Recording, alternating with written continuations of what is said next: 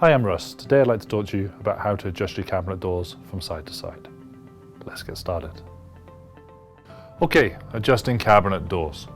Before you make an adjustment to the door, first of all, I recommend that you step back from the cabinet, have a look at the overall picture and have a look at the shut lines of the doors around it, above and below, just to actually identify what the issue is.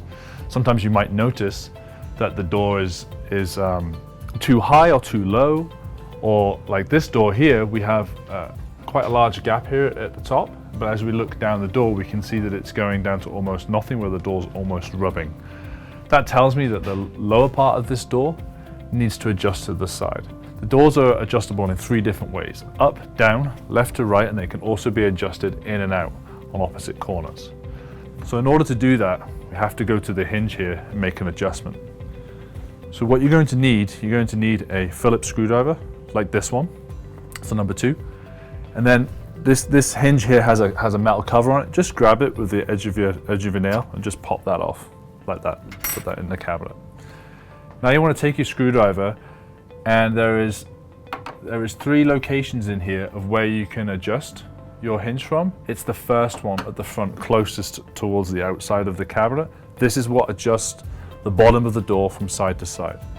So I'm just going to turn that half a turn on my screwdriver, and then I'm going to close the door and see if that's made the difference. I can already see here that the gap is getting wider at the bottom, but I'm still not quite there.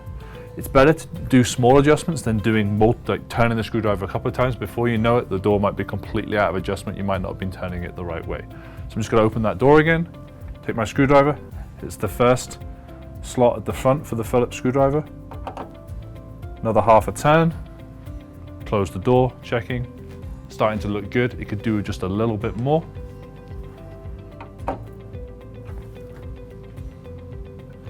Now I can see that my gap is just a hair larger at the top, but this is much, much better. This door's not going to rub anymore. I'm just going to give it just a quarter turn. Close the door again. That looks good.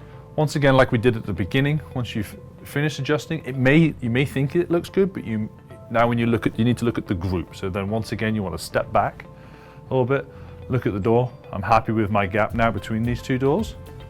I'm just going to pop my cover back on. It's just some little tabs here on the back of the cover plate. There's a little square here in the middle of the hinge. They just clip in. You just line it up, clip it in place. And that's how you do it.